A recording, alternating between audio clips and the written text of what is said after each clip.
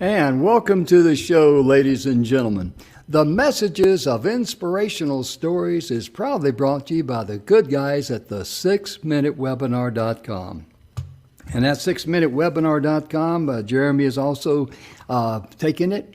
And it is an opportunity for you to be able to get your message across in 6 minutes or less to your ideal client. Because your ideal client wants to know one thing. Are you the person they should be listening to? And the 6-minute webinar has an introduction, it has a body, it has a close, and a call to action, all within 6 minutes or less. And people value time more than they do money. And that's the website of the 6minutewebinar.com. And today, in today's show, we're going to be talking about, holistic health and wellness and all those things. And Jeremy and I are going to be sharing some things with you, but we must make a disclaimer. And that disclaimer is we're not doctors. We do not give medical advice. We share information because both of us have skin in the game when it comes to our health, you might say. And we encourage everyone to research information on their own and then discuss with their doctors to make sure they make the right decision for them and their health. And Jeremy, I'm going to let him share in just a few moments his journey. Those of you that follow the show probably know our journeys already. I had a widowmaker heart attack. I'm almost coming up on 2 years of my celebration of my widowmaker heart attack. That was on October the 29th, 2021. I had no previous signs. The cholesterol levels were good. Blood pressure levels were good. They had me in hospital the whole weekend. They told me I needed stents. I went in for stents, and they said, hey, cardiologist says stents won't work for you. You need open heart surgery. You need to have bypasses today. We cannot put this off. This is too serious. So I had the surgery. Everything went well. They sent me home, gave me a whole bunch. I had a whole bag of drugs. These were legal drugs now, Jeremy. I want to make that clear. Mm-hmm. Sure. But I had side effects from them, and I had to find an alternative. And I did my research with many cardiologists online, took what I found and discussed it with my cardiologist. He gave me a thumbs up. And the products that I found not only had 1, 2, or 3, but they actually had 4 clinical studies that you could read on. These independent clinical studies proved that all of these ingredients work together in perfect harmony to lower cholesterol, improve blood flow, reduce inflammation. The only thing it didn't do was reduce ugliness, and I'm still working on that one. And Jeremy says, well, good luck with that. But to finish up my boring story here real quickly, I went to my cardiologist back in August. I did the lab work the week before, went to see him. My good cholesterol was at 60. My bad cholesterol was 60, and my blood pressure is 117/65. And he said, explain to me exactly what you're doing. And I shared with him, I take that and also the dandelion tea. And he says, the only thing I recommend you to do is just add 1 little baby aspirin a day and don't change a thing that you're doing. So that is my skin in the game. That's one of the reasons why I have such a passion for people's health. And Jeremy, I know you do too, because your background is like, wow, are you kidding me? Go ahead, sir. Yeah, absolutely. Well, I'm still looking for a natural medicine, remedy for ugliness. And if I find one, I'm going to patent it. Hey, well, patent it and brand you'll call me. You'll call me, right? Yeah. So if I find one, I'll certainly send you a sample. And he's such a nice guy. He'll take a credit card too. That's right. But I get super excited when talking about health and wellness because like many people, I've struggled through health and wellness issues. Had diabetes since 2012 and just not very well controlled, and 6 medications. At the beginning of the year, I was on a total of 6 medications. It's kind of a routine. It's like a cycle. You go in and, this ain't working. So they're going to give you this on top of that. And then pretty soon, next thing you know, you have a bag of these drugs, like you said, that, you're taking. And sometimes you get some relief, right? Sometimes it helps. Yeah. And sometimes it helps, but then it goes away. It's just not consistent, right? Hmm. And sometimes it can cause more harm, Yeah. to you in other ways. So I was able to find a natural way to reverse my diabetes this year, Mm. reverse my neuropathy, which is nerve damage in the feet, and Mm. it's so incredibly painful. Uh, Mm. to get off the six medications, to get off the pain medication, to get off the Hmm. insulin, to get off Mm. all that, and that really sparked some fire in me, and uh, as a doctorate and PhD student in natural medicine, I just get really excited about sharing, these different techniques that are Yeah. in Western civilization a lot of people don't know about. Yeah, exactly. And you were a type 2 diabetic, I believe, and your blood sugar would be up as high. In fact, just share with them what your blood sugar levels were that were just everyday Yeah, common. yeah. I often for a long time lived well over 300, but I'd be at 586, 587, which over 300, you're supposed to go to the ER. Go to the ER. And Yeah. of course I didn't. I just lived there. That was Mm. kind of what. And of course, they began to suffer the comorbidities with that diabetes, right? The Right. neuropathy and stuff like that. And of course, Mm. diabetes kills over 9.5 million people a year, and Mm. it's a leading cause of blindness and Mm. amputation and kidney failure. So diabetes is not an isolated effect. That you have one condition that just leads to numerous effects throughout the body. That's true with a lot of things going on in our body because our biggest enemies is inflammation and free radicals, and we talked about that recently on a show. But today, Jeremy, you wanted to talk about holistic medicine, the integrative approach to it, and ladies and gentlemen, where we're coming from, we really believe that prevention is better than having to have intervention. It Yeah. really is.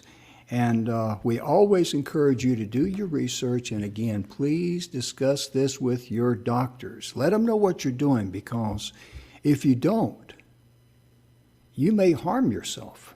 That's very, very important. And I always shudder when some guru on TV who's a subject matter expert on stuff picks up some bottle and says, hey, this is the next fountain of youth or something. And people just flog to it blindly without any research.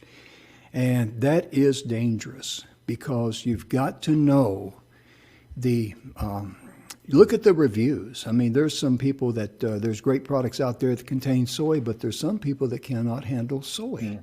That's why you need to look and see what's in there, see what kind of test is done on it, and everything. That's just the way we're wired, isn't it, Jeremy?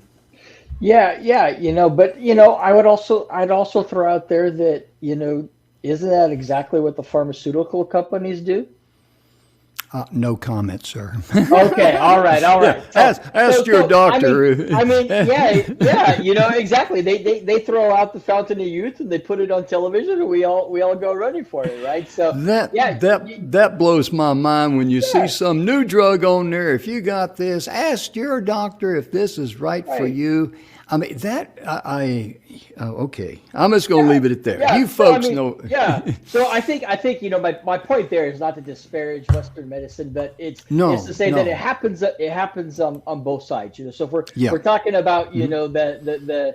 the most recent snake medicine, snake Mhm. oil out there, well, Yeah. we see it on our television every night, multiple times a night, right? I Yeah. mean, so it's the same. We just put them in suits now and white coats, right? Yeah. And on the commercials. Yeah. So we And still have them. yeah. And also too on the other side of the coin, you will see people advertise their natural products. Hmm. And they will talk about studies that's been done on some of the ingredients in their natural product. But here's the disconnect, ladies and gentlemen. This is why you need to do your research. Their product has never been independently clinically tested to prove that its value. And that's what's known as borrowing credentials. And a lot of companies do that. And I'm just glad that the companies that we do business with don't do that because they are the best and they don't have to do that, you know? Right, right. And so let's get this thing off on some things. What would you like to start with, sir? Well, I think one of the important things for our viewers is kind of maybe a little bit of vocabulary first, so as we begin talking, they can understand what we're talking about, right? Okay. So, we have what's called complementary medicine, right? Complementary medicine is where we kind of integrate allopathic, which is the type of medicine we practice in the West, where you go see a doctor and they give you surgery and they give you, medication, stuff like that. Yeah. And then it's an integration of the allopathic with the holistic or traditional Eastern style medicine.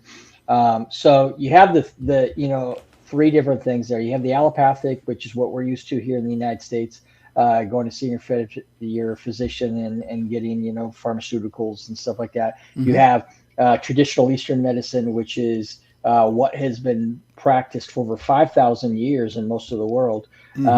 And then you have complementary, which kind of integrates the two of those together. So, we need to have understanding what both of them are and what their philosophies are.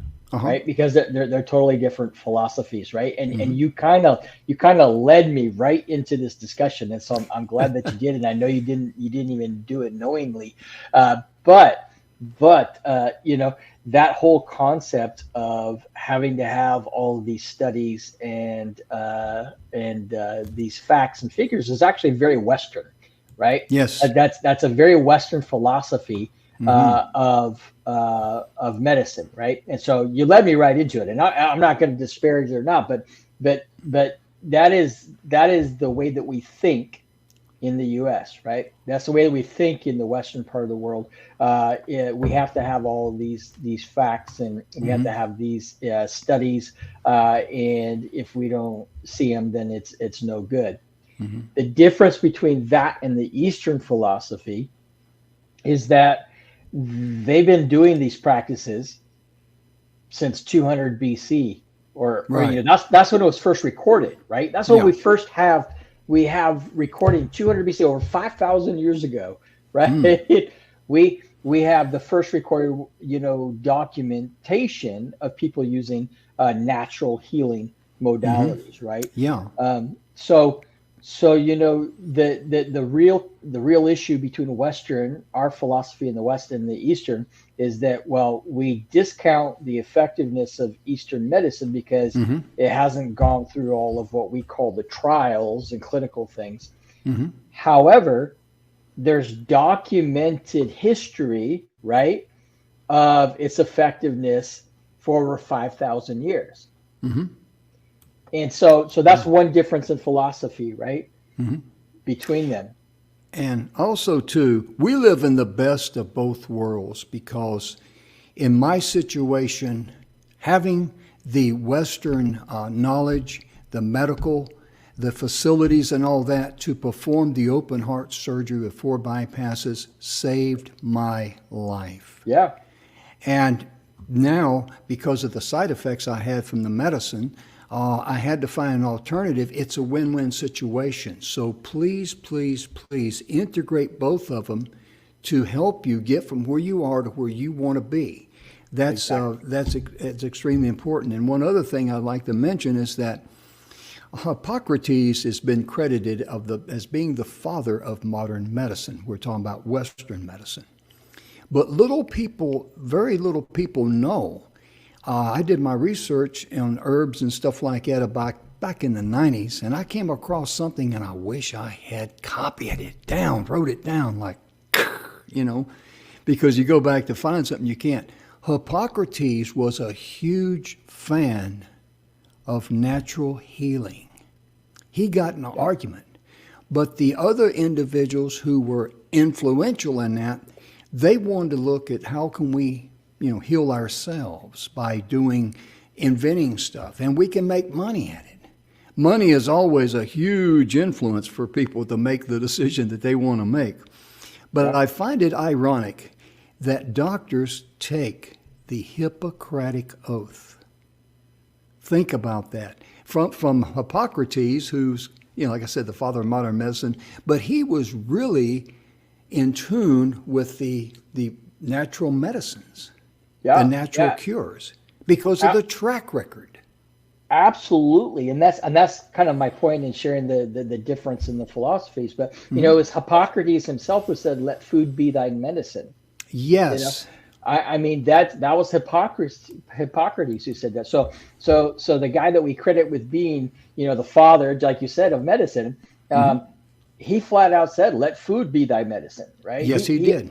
He understood the value of natural nutrition, and you're right. There's and as we discover and we look into the difference between the two. So Western medicine is reactive, right? Hmm. That's the modality of it. It is reactive. It breaks. What they have done is they've broken the body into different parts, and so that's why you have all of these different specialists. You have a heart specialist, a Hmm. brain specialist, a urinary specialist, a Yeah. rectal specialist. You have all of these different things because they've separated out the body. Oh, And, yeah. and the issue with that from the holistic medicine side, in the Eastern side, is that the Eastern philosophy says that the body is a whole, Hmm. right?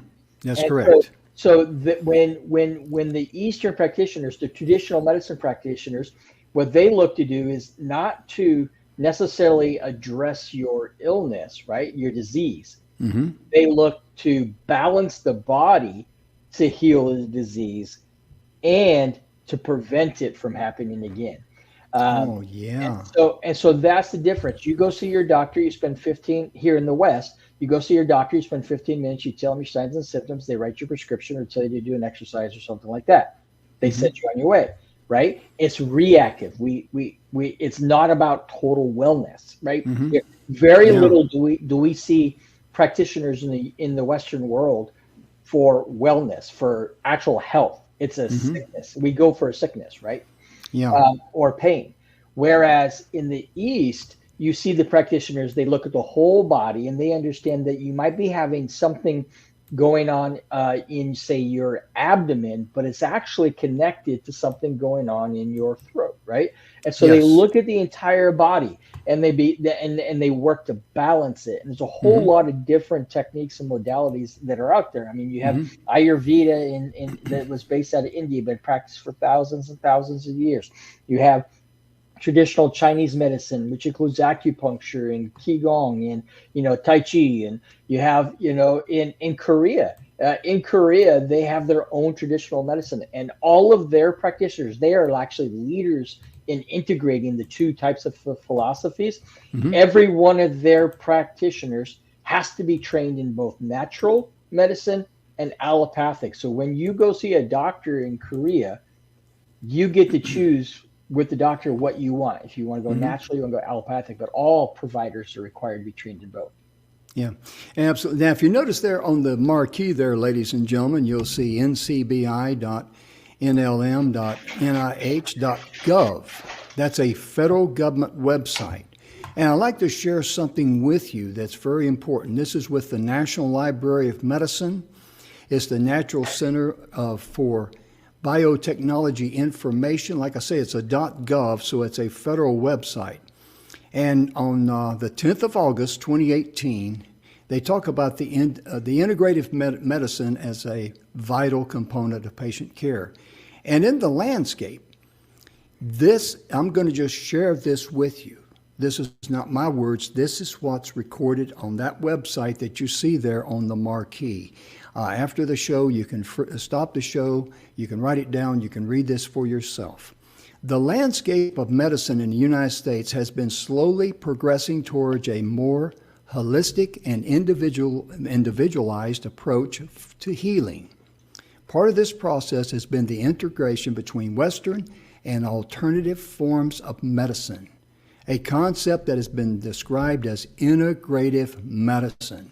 That is the best of both worlds. And living here in this country, as I said before, getting done what needs to be done to save my life, and then being able to have the opportunity to find something that will enhance my life. Now, dandelion tea, I found, and please research dandelion tea with any health condition that concerns you or your loved ones or a friend, whoever. But dandelion tea really enhances the health of the liver, and it also lowers inflammation in your body. And that is a huge step in the right direction, isn't it, Jeremy? Yeah, absolutely. And I mean, we could do a whole show on inflammation, and Oh, yeah. yeah, I mean, there's so much to it. Inflammation is good in some aspects, and it's Hmm. bad and it's chronic, right?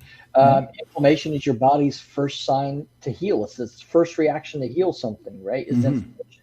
Uh, but if you have chronic inflammation, then why is your body trying to heal you? Something's broken, right? And Yes. it's causing more damage. So Yeah. it's And just important. And they're even finding now that soldiers and people, first responders, people who have suffered brain injuries and stuff, that suffer from PTSD, trauma, whatever it might be, they're finding now that that is more physical than it is mental. Okay.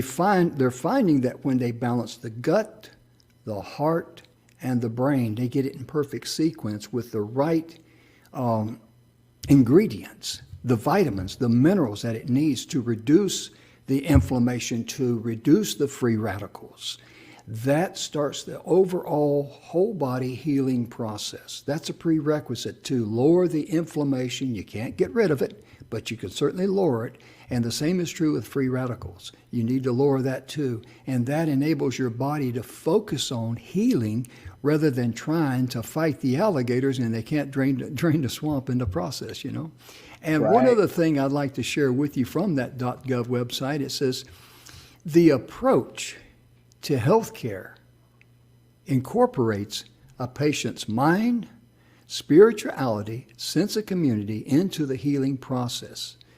Integrative medicine has been typically well received, and the demand has been steadily increasing in primary U.S. hospitals. Yep. And that is amazing, because when I told my cardiologist I was having side effects from some of the medication, and I was looking at other alternatives, and I was discussing it with him, he was all for it. He was all for it because he knew people that's on the drugs that they give heart patients do have side effects or can have side effects. And mine was interrupting my sleep every hour and 15 minutes consistently around the night. So I didn't get good rest. And you can't heal yourself if you don't have proper rest. No. That is critical, isn't it, Jeremy? No, it's absolutely critical, and I'm so glad that you have a practitioner, a cardiologist that is Oh, at yeah. least open to discussing that. Because I mean, here's the thing. This is what your typical MD does, right? They go get a bachelor's degree, they go to doctorate school, and in school they're taught, right, algorithms. They're taught very distinct things. Okay, if a patient says this, check, you do this, right? It's very straightforward. And so a lot of doctors are concerned about deviating from that checklist, right? Oh, yeah. Oh, But yeah. here's the problem.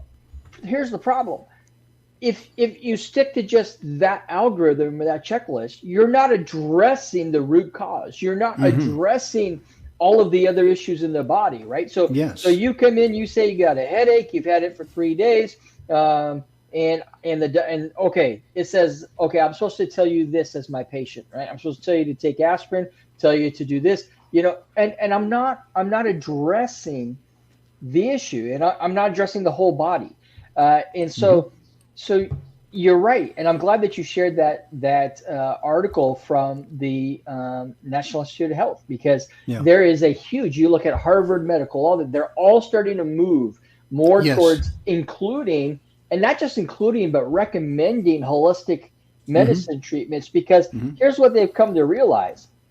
Some of them, you ready for this? They've come to realize we don't know it all. Oh, yeah. It's not working.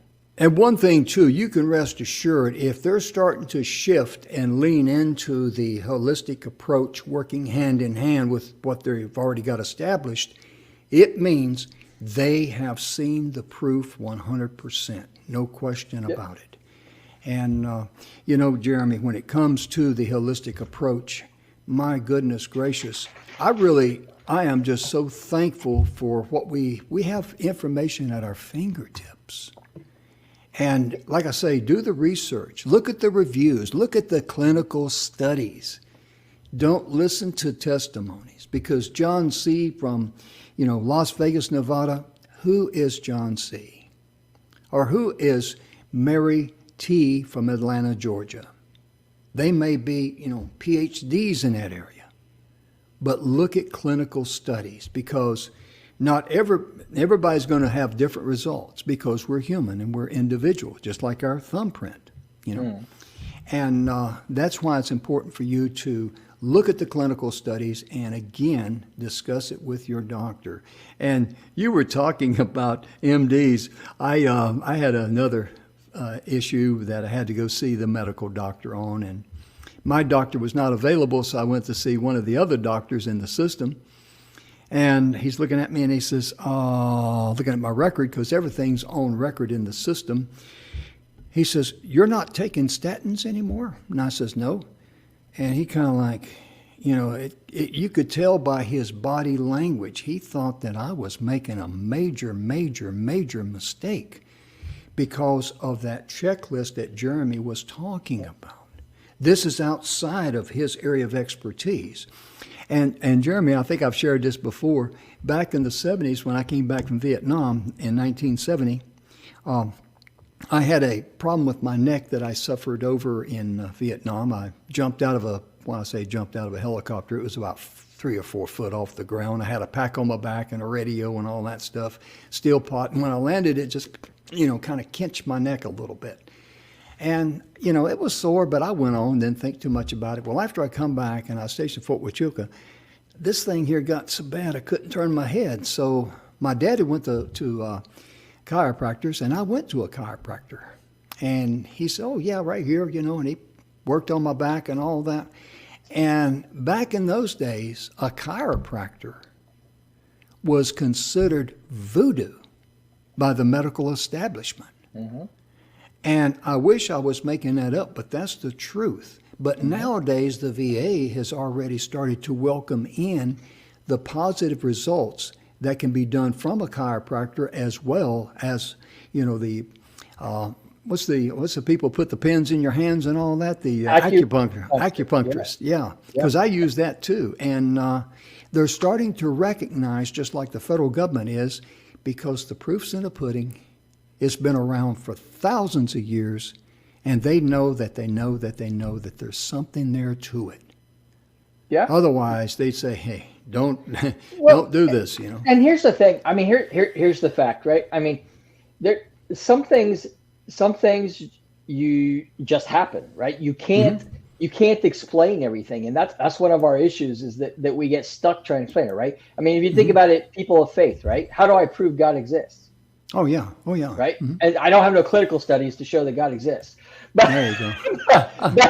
Right? But here's the thing, where there's been studies that show, okay, so let's talk about this. In the U.S., we spend $4.3 trillion a year on healthcare, right? 29% of that is for hospitals. Another 18%, 19% of that is on pharmaceuticals. Mm-hmm. One of the biggest costs in hospitals is pain medication. Okay, morphine being the most prescribed. Studies have shown that acupuncture is not only as effective as morphine in eliminating pain, but oftentimes more effective. Oh gosh, yes. Right, and so this is the issue: is that we have discounted things because we don't completely understand them, but sometimes you just don't completely understand them. Oh, yeah. I had a sciatic nerve problem one time, and you folks that suffer from a sciatic nerve know how painful that is. You cannot stand, sit, or lie down comfortably. And I went to a chiropractor a couple of times, and he, popped me around and all that, and I feel better, but then I'd slide right back in the ditch. And I went to see this little acupuncturist guy here, and he felt my pulse. And this is what they do. This is standard. This is not anything special. I felt my pulse, and he says, "Your problem's not in your back. Your problem's in your neck." And I thought, neck? My neck ain't hurting. And then he pushed on that very place that I injured so many years ago. He said, "You feel that?" And I said, "Yeah." He said, You injured that. And he says, it went down in between your shoulders. He rolled me on the side, pushed in between my shoulder. You feel that? And I said, yes. He says, that now it's went down to your sciatic nerve in your hip there. And he says, if you don't get this fixed, you'll be hobbling like an old man like this, stooped over. Well, that certainly didn't, excite me, so I'm ready for whatever he wants to try. And honest to goodness, ladies and gentlemen, he took one of the little pins out of and they're all sterilized pins, Yep. and he put it right here. Let me get right here if I can see right here, right in between the bones there, in the back of my hand, one. And I just felt like a mosquito bite more than anything else. It wasn't painful or anything. And I'm laying on my back. He pushes in there. You feel that? I said, no. He said, I got it. He rolled me on my side, pushed in between my shoulder blades. You feel that? No. He laid me back on my side. He says, now lift your left leg. I lift my left leg with no pain. And I thought, are you kidding me? Are you kidding me? And then he says, oh, you'll need about 3, maybe 4 treatments, and you'll be fine. And that's exactly what happened. And that's a lot better than living in pain and taking pain medication and not solving the problem. That's what we're talking about today. Yeah, and here's the thing: a lot of Western practitioners are now actually referring people out to acupuncture because what a lot of it is because the opioid crisis. There's so much addiction. There's no addiction to acupuncture. But let me ask you this. Do you really understand how that needle will work to fix your problem? Nope, not a clue. No, right?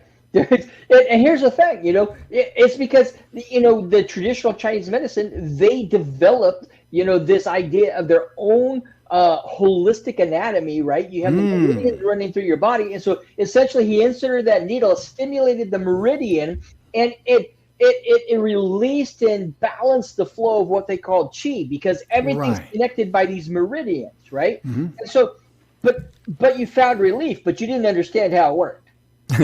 Thank goodness I didn't have to pass a test. Otherwise, I'd probably still be in pain. Exactly, right? I mean, here's the thing: we're starting to move. There's this shift in thinking, and part of it is because patients are becoming more educated and requesting this stuff. Yes, but there's also a partnership. A lot of doctors are beginning to partner with these holistic practitioners, right? And they're referring back and forth. A good holistic practitioner will always, recognize if there's a true medical condition and say, you need to go talk to your MD and then come back and see me, right? To make sure that things are good, because that's just what a natural practitioner does.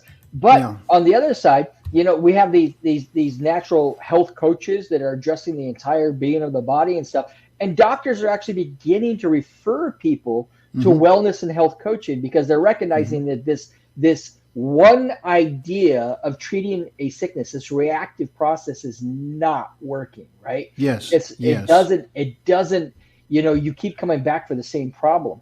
And so, when we marriage the two together, right? So I'm not in any way saying that there's not a need for Western medicine. It's really good at acute illness. It's really good at surgery if you need it, right? You break a bone. But it doesn't address the whole health of the person. And in traditional medicine, in the Eastern side, we don't break the body down into parts. The belief in traditional medicine is that each individual is a mini universe, right? Your body is a mini universe within the, yes, it is. It's a microcosm within the macrocosm, right? And so you are all a part of it. And so it's just, by bringing the two together, and I'm so happy to see that Western medicine is beginning to recognize that there are natural ways to do things. Absolutely. And Jeremy, I'd like to give a shout out to all the wonderful doctors out there and nurses who have had the courage to step outside of the normal realm of medical training and say, hey, let's take a look at this here. There's way too much proof out there, just like my cardiologist says, I've heard good things about that. Let's be prudent now, and I want you to have a lab test every 90 days to make sure that we're headed in the right direction. That's just good common sense, and that's exactly what we did. And And, you know, you got to give a shout out to the medical doctors, the surgeons, the people who help us in our hour of need to get us back on our feet, and then willing to say, hey, let's take a look at the alternative way of healing your entire body and restoring you to health, because in their heart, they have your best interest, your health at heart. They care about you. And I want to give a shout out to the doctors and nurses, because the doctors and nurses that have treated me every time I've been in the hospital, they've treated me very, very kindly, and they've put up with my complaining. Do we have to do that again? Yeah. But you know, we got to give a shout out to them, because they had the courage to be open-minded and say, let's take a look at an alternative way to help my patient who is hurting, who has an issue, and let's just see if we can use the Western medicine and the Eastern medicine and work together in harmony. And that's why we're so fortunate to live in the United States, because that is the way things are progressing. Yeah. And Yeah. it's you know, I'm just so excited, and I'm every time I hear your story, I get inspired, because my goodness gracious, I mean, Well, I think you know, I think it's great, Jim, to you know, I am so glad that, you know, some practitioners in the West are beginning to really and see that and think about the whole picture for their patient, because Yes. it's really so important, because for years now in Western medicine, again, it's about treating the disease or the symptoms you come in with, and the fact is, yeah, we might get some medication that makes you feel better and whatnot, but we're not addressing, you know, people are still living miserable, they're living unhealthy, they're living in pain, right? But you know, we're doing it. So if we can combine the two, and I want to give a shout out, you know, on the other side, to all the holistic practitioners that for generations in the West have been diminished, they've been ridiculed, but they've been persistent, because they know that they have thousands of years of wisdom and thousands of years of experience and knowledge behind them. So, you know, the fact that they didn't just give up, and, you know, according to the World Health Organization, 80% of the world's population are treated by traditional medicine, right? Yes. I mean, it's important, and I think it's good to educate people and help them to share. So shout out to all those holistic practitioners that you know have, because let's face it, in the West we've been taught that, you know, what did we call chiropractors before? Quacks, right? Yep. We called acupuncture crazy, right? We call all this, and all of a sudden now we're coming back going, well, yeah, we were wrong, right? We are wrong, you know. Yeah. So you know, they've really had to put up with a lot, especially in the West. In the East, again, everybody, you know, 80% of the population goes to traditional medicine practitioner, right? You know, and in fact, let's recognize the fact that our Western medicine, a lot of the medicine that we have, was actually influenced and built upon from our knowledge that we learned from traditional practitioners. Yes. Right? Yes. So, yeah, here's a couple examples. There's the Mexican yam, right? They took the compound out of the Mexican yam and they made our most common birth control, right? Because the traditional medicine people knew about it, right? Hey, we can stop babies by you eat this, and you know, you go. You talk about aspirin.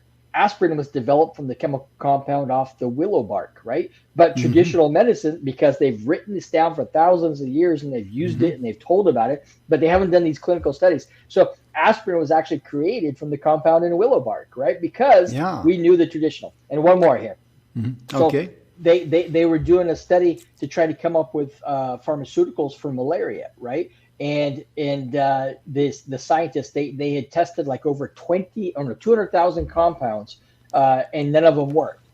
She did some research and read something in a traditional medicine history thing, and found a plant that had worked for these issues or whatnot. She went and developed the compound and created what is now the most prescribed anti-malaria drug. And of course, we know malaria is a huge world in poverty countries, right? So it's to me, it's kind of ironic that we had shifted to a place where we mock and we discount the reliability of traditional medicine, but traditional medicine is what built Western medicine was originally built upon. Yes, ironically.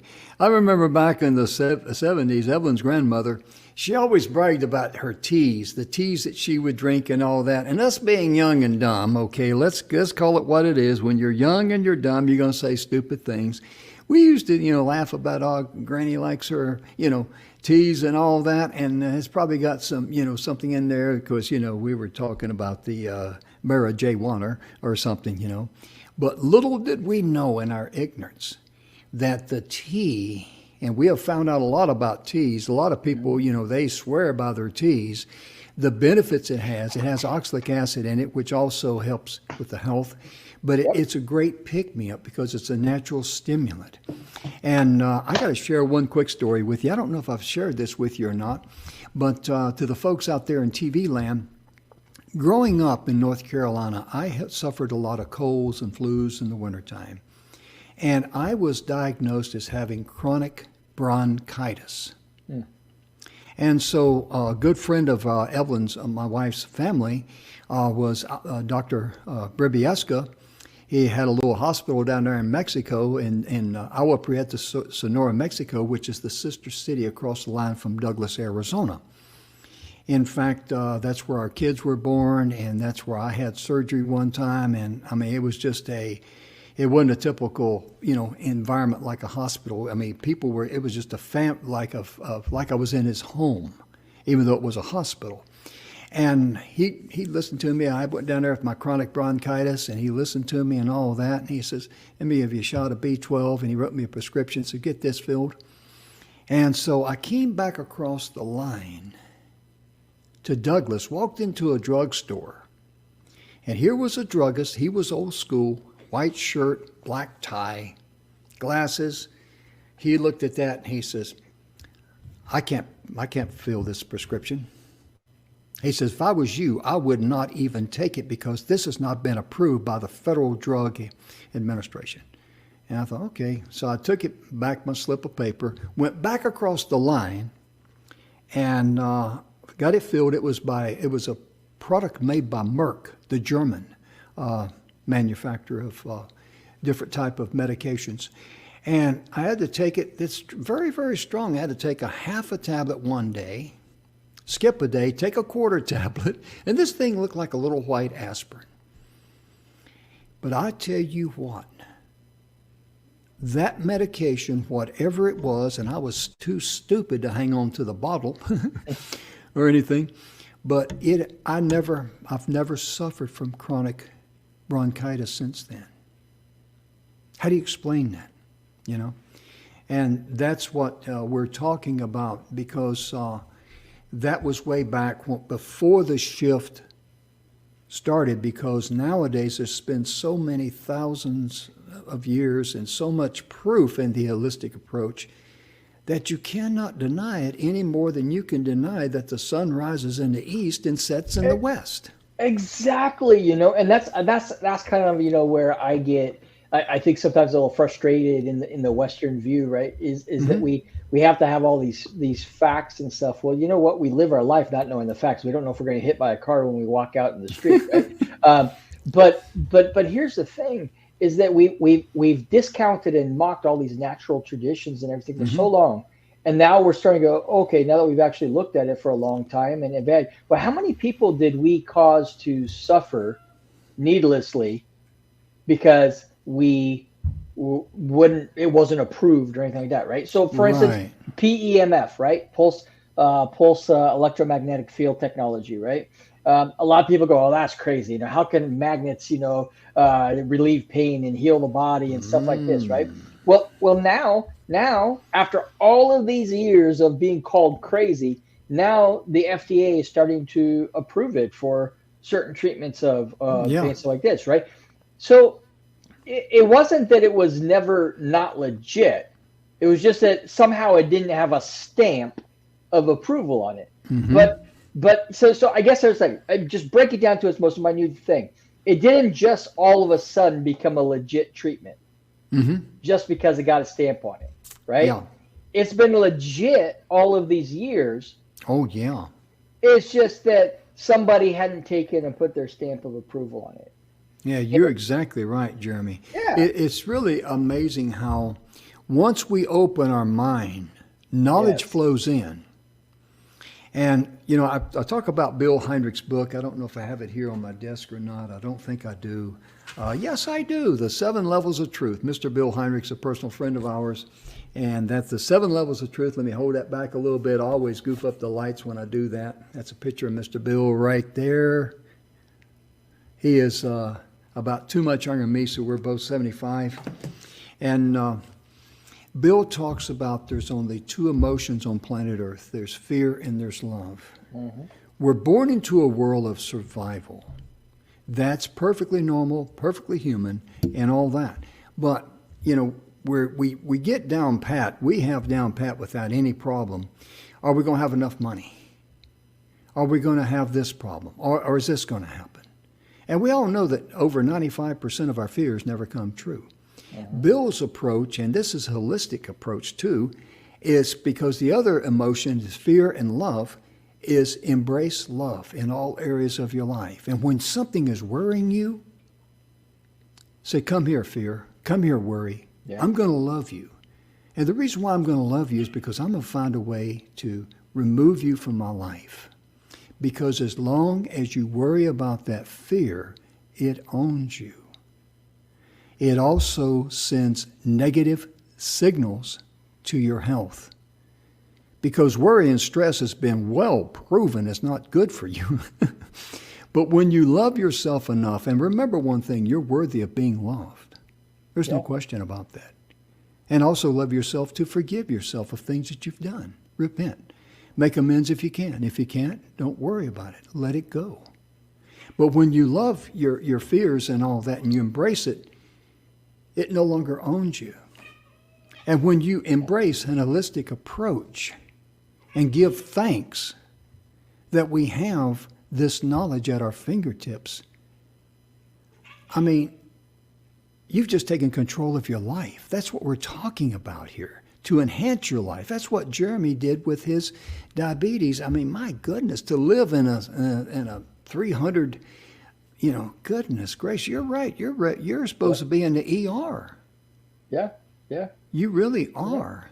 But And that was just that's what we call the democratization of medicine, right? Mm-hmm. So for too long in the West, it's been doctor tells you to do something, you do it. Doctor tells you to do something, you do it, right? Well, the new practitioner, the new holistic practitioner, the new integrative medicine practitioner is actually making it more of a democratic process, right? It's saying that we're going to work together to help you to reach your potential in wellness and health, right? That's the kind of practitioner you want to look for. You want to look for a practitioner that's going to say, okay, let's talk about this.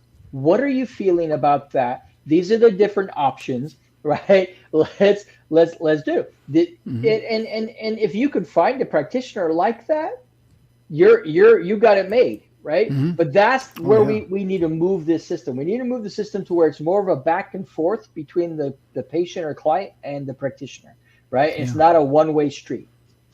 Yeah. And you don't see an ad on TV and go ask your doctor if that's right for you. I think that's the wrong approach. And I really agree with you 100% on that, because the doctor and the patient both want the same thing. They want the patient to enjoy good health. Whatever the physical ailment is, whether it's an ache, pain, disease, whatever, they really, truly, both of them want you, the patient, to be restored to your natural health. And they'll, you know, what I've seen in doctors, the vast majority of doctors I've dealt with, they're all on board about that. And the same is true with the nurses. They want to make sure that they do everything that they can to help you in your hour of need. When I was in the hospital, every single time a nurse would walk in, first question they asked me, are you in any pain? I look back now, Jeremy, and I should have said, oh yeah, I'm hurting, and have them give me something to put me in orbit around Jupiter, because laying around in the hospital bed all week after surgery with an 8-inch incision in your chest, it's kind of boring, you know. It's not fun. Yeah, that's for sure. But, you know, I'm really looking forward to next week. We're going to be talking about gut health and probiotics. Yes. My goodness gracious. Oh, that is tremendous because the gut health, that's the foundation of all your health. I heard someone say that, and I like that Well, if you because, think about it, go and ahead. here's a little big. There's people think of the brain as the nervous system, right? Oh, yeah. And it is a big part of the nervous system. However, the gut has more neurons in it than the brain does. Yeah. So Yeah. so I mean, there's a huge connection. Yes. And that's why when your gut tells you need a candy bar, it's got more intelligence than your brain because you need a candy bar. I'm just kidding about that. I'm just kidding about that. But yeah, you're exactly right. And that goes back to a gentleman I've had on the show before, Joel. He describes himself as the professional patient. He suffered from PTSD and he had all kind of problems. And he was the one that was saying that he works with the VA and how the gut and the heart and the brain have to be in perfect harmony. Yep. That is the foundation for you to enjoy good health. Once you got that in order, now you can start addressing a disease like cancer or arthritis or heart conditions or whatever. But if your gut and your heart and your brain is all out of sequence and they're all, going and bouncing off of each other, there's not that good signal of energy there we're talking about. You're pushing a chain uphill, aren't you, Jeremy? Exactly. And that's why, when you especially get to a lot of natural practitioners, that's one of the first things that they try to address is your gut health, Yeah, because it just yeah, affects everything else. yeah. And yeah, we'll have a great conversation on that next week, Oh, on yeah. gut health and ways that we can improve it. But if your gut's not healthy, the rest of your body's not going to be. It's not possible. Oh, no. Yeah. Here recently, for some reason, I had a stomach ache one day, and I didn't feel like doing anything. It just hit you all over, that stomach ache does. And Yeah. fortunately, it passed there in a few hours, and I took some baking soda and water, and that really helped me. Whatever it was, I don't know. But I'm just glad that I had some baking soda in the house and took some water with it, and that just helped me. And within an hour, I felt much better. But prior to that, I felt like I got kicked in the gut by a mule. Mm. Ouch. That was not a good feeling, as we all know. Well, Jeremy, our time is about all gone, and we've had a great conversation today. And ladies and gentlemen, we shared some great information with you. Please, please, please, again, be sure and do your own research, look at the studies, discuss this with your doctor before you go out like a renegade without a GPS system. Because that's the main thing. It really, truly is. Because you got to know what you're doing, otherwise you can hurt yourself. And Jeremy, I'll tell you, I really appreciate having you on the show on this Tuesday for Health and Wellness because you bring such a informed flavor to the show. Well, That's thanks, above, Jim. it's above my pay grade, ladies and gentlemen. I'll be honest. Thanks, Jim. I'm super happy to be here. That we're able to do this together and Oh, help yeah. people to live a more natural and well life. And be sure and tune in next week, ladies and gentlemen. We're going to be talking about gut health and probiotics. This can be a huge blessing for a lot of people because you get that gut, get your gut health there with proper probiotics, and that's the foundation of your good health. It really is. On behalf of Jeremy and myself, thank you so much for tuning in today. And we sincerely hope that you and your loved ones are healthy, happy, and blessed in all areas of your life. And remember one thing, you are worthy of love. You're definitely worthy of love. And be sure and love yourself first, then you can love others. Yes. And thank you again. Please share the show with others. We'll be back next Tuesday with another health and wellness show. Jeremy, thank you, sir, for being here. I salute you. Thank And I you. appreciate you. And we'll Thank see you. you next time, folks. Bye-bye. Bye bye.